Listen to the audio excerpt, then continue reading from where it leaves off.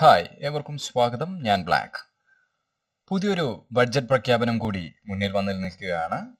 വീണ്ടും ഒരു കേന്ദ്ര ബഡ്ജറ്റ് അവതരണം പടിവാതിലിൽ എത്തി നിൽക്കെ ആദായ നികുതി വ്യവസ്ഥകളിൽ ഇളവ് നൽകാൻ കേന്ദ്രമന്ത്രി നിർമ്മലാ സീതാരാമൻ തയ്യാറെടുക്കുമെന്ന പ്രതീക്ഷകൾ ശക്തം. ആഭ്യന്തര സമ്പദ് വ്യവസ്ഥയുടെ തളർച്ച മറികടക്കാനും ഉപഭോഗ വളർച്ച മെച്ചപ്പെടുത്താനും ഈ നീക്കം സഹായിച്ചേക്കുമെന്നാണ് കരുതുന്നത്. ഫെബ്രുവരി 1-നാണ് നിർമ്മല മൂന്നാം മോദി സർക്കാരിന്റെ രണ്ടാം ബഡ്ജറ്റ് അവതരിപ്പിക്കുന്നത്.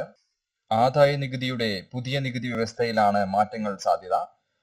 10 മുതൽ 15 ലക്ഷം രൂപയുടെ വാർഷിക വരുമാനമുള്ളവർക്ക് ഇളവുകൾ പ്രഖ്യാപിച്ചേക്കാം. ഇത് കുടുംബാംഗങ്ങളുടെ വരുമാനത്തിലെ മിച്ചം മെച്ചപ്പെടാനും ഉപഭോക്തൃ വിപണി ഉഷാറാകാനും സഹായിക്കും. GDP മെച്ചപ്പെടും. നിലവിൽ ആദായ നികുതിദായരിൽ 72% പേരും പുതിയ നികുതി സമ്പ്രദായത്തിലേക്ക് മാറിയിട്ടുണ്ടെന്നാണ് ഔദ്യോഗിക കണക്ക്. കഴിഞ്ഞ ജൂലൈയിൽ അവതരിപ്പിച്ച ഈ സർക്കാരിന്റെ ആദ്യ ബഡ്ജറ്റിൽ പുതിയതും പഴയതുമായ നികുതി സമ്പ്രദായങ്ങളിൽ സ്റ്റാൻഡേർഡ് ഡിഡക്ഷൻ നിലവിൽ 50,000 രൂപയിൽ നിന്ന് 75,000 രൂപയായി ഉയർത്തിയിരുന്നു. ആദായ നികുതി ബാധകമായ വരുമാനത്തിൽ നിന്ന് 75,000 രൂപ കിഴിച്ച ശേഷം ബാക്കി തുകയ്ക്ക് നികുതിയടച്ചാൽ മതിയെന്നതാണ് നേട്ടം. ആദായ നികുതിയിൽ ഇളവ് വേണമെന്ന ആവശ്യവുമായി RSS അനുബന്ധ സംഘടനയും രംഗത്തെത്തിയിട്ടുണ്ട്.